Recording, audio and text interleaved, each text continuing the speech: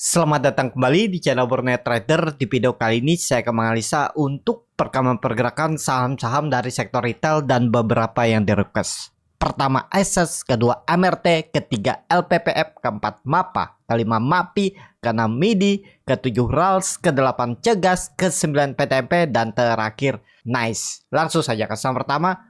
Ada ASUS yang ditutup di harga 920, terkoreksi 2,12%. Kalau dilihat data transaksi asing itu net sell. Kalau di broker semuanya ASUS ada akumulasi walaupun tipis. Langsung saja ke tekniknya. Untuk ASUS, waduh, agak rawan nih ASUS karena dia minggu ini tuh membentuk lower high 4 hari perdagangan. Dan kalau dilihat dari bandar detektor memang ada normal akumulasi atau small akumulasi. Tapi perlu hati-hati kalau dia gagal bertahan di atas, saya gambar ulang, kalau dia gagal bertahan di atas 900 itu arahnya ini 850. Ini dulu adalah resisten yang sudah diujinya dan berpeluang. Kalau menurut saya ASUS lebih berpeluang turun. Karena kenapa? Karena Bapak Ibu perhatikan dua candle terakhir itu sudah membentuk bearish engulfing dan membentuk lower low dan lower high. Jadi turunnya itu lebih besar daripada potensi dia naik. Jadi harga sekarang kalau menurut saya lebih ke wait and see. Kecuali Bapak Ibu bisa lihat bid offer, lihat buying power, Senin nanti ya mungkin bisa perhatikan. Ya, tapi kalau merah dia udah jangan dilihat-lihat dulu. Kalau pokoknya ASUS merah jangan lihat-lihat dulu. Karena sangat mungkin berpeluang ke 850, 840. Itu terendahnya dan mungkin bisa sampai 800. Ya ini kalau menurut saya maksimalnya. Jadi dua support yang akan diujinya nanti kita lihat untuk ASUS. Gitu aja ya. Seperti itu. Langsung saja ke saham selanjutnya. Ada MRT yang ditutup di harga 2.800 menguat 0,35%. Kalau dilihat dari transaksi asing itu net sell. Tapi kalau diakumulasi dari beberapa bulan yang lalu, dari bulan Februari akhir itu belum ada apa-apanya jualan asing ini. Masih ada barang asing besar di MRT ya. Cuman ya itu, dia nggak naik-naik MRT ini. Saya juga sempat perhatikan. Kalau dilihat dari broker summary-nya ada akumulasi. Tapi akumulasi nggak naik. Ya kenapa saya bilang nggak naik? Saya itu ada beli AMRT itu 2 minggu yang lalu. Di area sideways-nya nih saya tunggu nggak rebound. Saya cut loss tipis. Karena takut penutupan habis lebaran ambrol kan. Jadi saya jual dulu tuh. Saya cut loss dan nggak perhatikan lagi. Ya seperti itu ya. Kita tuh harus juga punya insting yang ya sistem trading atau ya analisa yang bisa kita pakai itu ya. Misalnya ya kita melihat seminggu ke depan takutnya ada apa-apa nih, mending jual dulu daripada apa-apa. Dan benar, tapi belum tentu juga selalu seperti ini. Kadang saya ada yang jual dan ternyata rebound ya. Ya itu bagian dari trading dan kita sudah tahu stop loss kita tuh seberapa. Bahkan stop loss saya itu tipis saja, nggak nyampe 2%, 1% lebih. Waktu itu tuh beli di 2.900, jual di 2.880 tuh, nggak nyampe 1% kan, 1% lebih sedikit aja sama api. Ya udah seperti itu ya. Memang daripada kalau saya hot sekarang floating lossnya cukup dalam 4%-an 3%-an ya, seperti itu ya. Apalagi pas open gap down ini pasti saya cut loss. Kenapa? Saya nggak mau ambil pusing, takutnya beresiko ya. Ya saya jual dulu. Kalau misalnya ada saya hot. Seperti Antam. Antam itu juga saya jual harga penutupan hari Jumat sebelum libur. Hari Seninnya rebound 8% ya. Tapi ya udahlah. Saya bebeknya di pas hari Senin aja. Sama aja ya. Tetap aja ada kelebihan dan kekurangannya. Setiap strategi itu nggak ada yang bisa sempurna. Tetap ada resikonya dan itu yang harus kita atau Bapak Ibu maklumin atau ya itu bagian dari trading gitu ya. Jadi seperti itu aja untuk AMRT saat ini menurut saya belum dulu, walaupun dekat dengan EMA 200-nya di level-level yang harus dijaga ya, tapi lebih berpeluang pola dead cat bond untuk AMRT. Jadi AMRT gimana? Kalau menurut saya saat ini skip aja dulu, tapi kalau Bapak Ibu yakin ya silahkan. Pandangan saya ya kemungkinan besar MRT ini masih akan sideways dan jelek-jeleknya turunnya tuh 2.600. Ya dari harga sekarang ya paling 6% 7% lagi lah turun. Itu aja. Ya support kuatnya ya pakai 2.600 area bawah ini saat ini gitu ya. Jadi seperti itu aja untuk MRT. Kalau dilihat dari time frame weekly-nya untuk MRT ya rebound, open gap dan rebound. Teman ya bisa dibilang terkoreksi ya. Kalau di candle weekly-nya terkoreksi 2,78%. Jadi seperti itu aja. Kalau saya belum untuk MRT ya, karena saya lihat di maintain teman nggak naik-naik nih. Waktu itu kalau Bapak Ibu perhatikan broker summary-nya di area atas nih, dari 15 Maret sampai 4 April coba kita lihat ya. Ini kan bisa nih. Berapa tadi? 15 Maret sampai 14 April, anggap 12 lah. Oh, 12 libur ya. 5 April lah. Ya, 5 April tuh. Normal akumulasi, tapi Bapak Ibu perhatikan yang akumulasinya itu broker-broker asing. Kayaknya nih crossing barang aja. Kalau saya lihat akhirnya saya analisa, oh ini kayaknya crossing aja. Saya tuh lihat dan saya lihat tuh memang ada crossing, tapi siapa tahu crossingnya naik kan. Kita sudah tahu di mana harus stop loss. Bapak Ibu perhatikan, yang beli itu RX, KZ, AK, BK, itu kan broker-broker yang jarang dipakai retail. Memang yang jualnya juga rata-rata broker-broker yang jarang dipakai retail, tapi akumulasinya cukup besar tuh, 355 miliar, KZ 155 miliar, AG 98 miliar, tapi kayaknya crossing barang. Ya seperti itu. Jadi kondisi sekarang menurut saya belum kemana-mana ya. Untuk MRT lebih condong ke bawah. Itu aja. Langsung saja ke selanjutnya. Ada LPPF yang ditutup di harga 1785, terkoreksi 3,51%. Kalau dilihat data transaksi asing net sell, kalau dibongkar semuanya LPPF ada akumulasi walaupun tipis. Langsung saja ke teknikalnya. LPPF ada big akumulasi, tapi hari kemarin itu cum date-nya, hari X date-nya tuh 22 April. Berarti hari Senin, dan dividennya lumayan besar, 10% lebih. 12%, 11% ya, karena harga sekarang di 1785, dividennya 200 per lembar saham. Jadi lumayan bagi Bapak Ibu yang punya, tapi pasti nggak turun. Ya pasti turun, open gap down ke supportnya 1500. Kalau 10%-an ya di 1550-an, 1560-an. Itu ya karena dividennya juga besar 10%. Jadi seperti itu aja untuk LPF. Mungkin nggak ada spare naik dikit setelah open gap down dividen? Mungkin bisa di 1%-an, 2%-an. Tapi itu terlalu beresiko ya. Belum tentu. Ya tergantung Bapak Ibu aja lah. Ini kelihatannya juga yang beli retail nih. XC, XL, PD, KK, NI. Dan yang jual tuh BB, AK. Berarti kan broker-broker yang jarang dipakai retail. Ya kemungkinan retail mau nampungin dividennya kan lumayan 10%. Siapa tahu kedepannya dia nutup juga kan. Ya itu tergantung masing-masing. Jadi seperti itu aja untuk LPPF. Belum dulu lah karena baru X-date. Ya tergantung Bapak Ibu, kalau nekat supportnya 1500 kalau berminat ya. Tapi kalau baru bagi dividen tuh nggak mungkin langsung naik. Palingan naik tipis. Ya dimampatin lah. Kalau bisa dapat jubilee profit, jual. Jangan berharap dulu naik 5%, itu kecil kemungkinan. Paling range naiknya 2%, itu pun maksimalnya. Itu aja untuk LPPF. Langsung saja ke selanjutnya.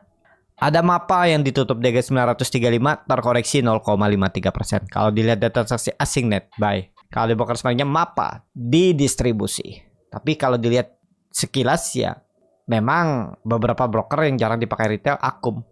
Cuma lihat dulu teknikalnya. Langsung saja ke teknikalnya. MAPA, wah kayaknya belum juga ya. Susah. Kalau menurut saya susah dia menembus 1000. Lebih condong dia ke 850 ya. Jadi teknikal rebound biasa dan kemungkinan besar retest lagi 850-nya. Lebih condong bisa ke bawah ya. Seperti itu aja untuk MAPA. Kalau dilihat dari time frame weekly-nya juga memang ekor panjang, tapi kalau ISG-nya susah menembus 7200 itu ya MAPA lebih condong turun. Ekor-ekor panjang seperti ini bisa turun, tapi turunnya kayaknya terbatas untuk MAPA ya. Mudah-mudahan ya 850 840 itu aja, dan siap-siap sideways di bawah dulu. Gitu aja untuk MAPA. Langsung saja ke selanjutnya. Ada MAPI yang ditutup di harga 1695, terkoreksi 4,5%. Kalau dilihat data transaksi asing net buy, kalau dibongkar semuanya MAPI ada akumulasi. Langsung saja ke teknikalnya. MAPI pola dead cat bond udah kelihatan nih. Susah, lebih condong ya ke bawah 1500-an. 1550 lah. Jadi seperti itu aja ya untuk MAPI. Belum lah kalau Bapak Ibu maksa beli sekarang tuh memang bisa profit. Cuman bisa jadi diiris pelan-pelan, kalau nggak naikkan sayang. Belum lah ya. Untuk MAPI saat ini lebih ke wait and see dulu. Seperti itu aja untuk MAPI, kalaupun rebound kayaknya nggak lebih dari 1760. Ya kalau rebound, cuman beli harga sekarang tuh harga nanggung. Ya tergantung lah, kalau Bapak Ibu mau cut loss tipis silahkan, atau tunggu sekalian aja di 1500-an untuk MAPI. Gitu aja. Langsung saja ke saham selanjutnya. Ada MIDI yang ditutup di harga 390 sama harga penutupan hari sebelumnya. Kalau dilihat data transaksi asing net sell, kalau dibakar semuanya MIDI ada akumulasi. Langsung saja ke teknikalnya. Untuk MIDI belum juga, kayaknya susah dia menembus 400-nya dan pola cup handle-nya juga gagal. Jadi ini saya hapus saja dulu ulang gambar, supportnya ada di 400. Ini level psikologis, mungkin gak dia naik ya. Lihat Senin aja lah ya, kita memastikannya. Tapi kalau saya lihat lebih condong MIDI arahnya ke bawah dulu, sekitaran 350 340 itulah kita lihat ya, mampu nggak di situ bertahan. Itu aja untuk MIDI saat ini. Mungkin gak rebound, bisa rebound, tapi kayaknya susah, berat dia menembus 400. Lebih condong pola dead cat bone arahnya ke bawah. Ya, seperti itu aja untuk MIDI. Langsung saja ke saham selanjutnya. Ada RALS yang ditutup di harga 440, terkoreksi 3,93%. Kalau dilihat data transaksi asing net sell, kalau di broker sepanjang RALS diakumulasi walaupun tipis. Langsung saja ke teknikalnya. Wah, RALS juga jebol. Nah, ini pola dead cat bone juga sudah saya gambar ya, melorot nih. Dan ini pentingnya Bapak Ibu pakai stop loss. Kalau lagi saham downtrend itu ya mending di stop loss dulu. Nggak masalah. Kalau Bapak Ibu punya sistem trading yang bagus, stop loss tuh nggak masalah. Bapak Ibu tuh udah biasa kayak robot aja, ya udahlah, bagian dari trading. Biasanya seperti itu. Cuman yang susahnya kalau memang belum ada punya sistem trading. Kalau tradingnya ya berdasarkan feeling atau coba-coba belajar teknikal, tapi pas cut loss nggak mau. Nah, kadang seperti itu ya. Makanya itu perlu jam terbang untuk membuat sistem trading yang bagus, biar jam terbang dan pengalaman. Nanti kedepannya Bapak Ibu tuh pasti ketemu. Cuman ya itu, harus mencoba terus. Seperti itu. Untuk RALS masih ke bawah. Kalaupun rebound terbatas lah ya, masih ke bawah. Nih kalau dilihat polanya nih sudah sampai, sebenarnya udah sampai. Tapi ya itu, mungkin ada teknika rebound terbatas lah ya. Ini polanya head and shoulder atasnya nih udah tercapai. Dan memang mantul dia dari 434. Kita lihat lah, kemungkinan sih bisa ada teknik rebound tapi terbatas. Mungkin 4 nih area 460 nih mantulannya. Kalaupun mantul ya. Jadi seperti itu aja untuk RALS, lebih ke skip aja. Kalaupun ada Bapak Ibu kebeli jebol 434, berarti 2% buang aja dulu.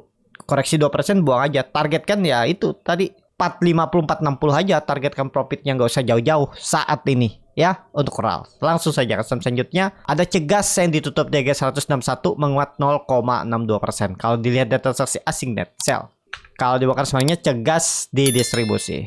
Langsung saja ke teknikalnya. Cegas baru koreksi biasa, tapi level yang harus ditembusnya memang 160, 180 ya. Kita lihat lah minggu depan mampu nggak tembus 180.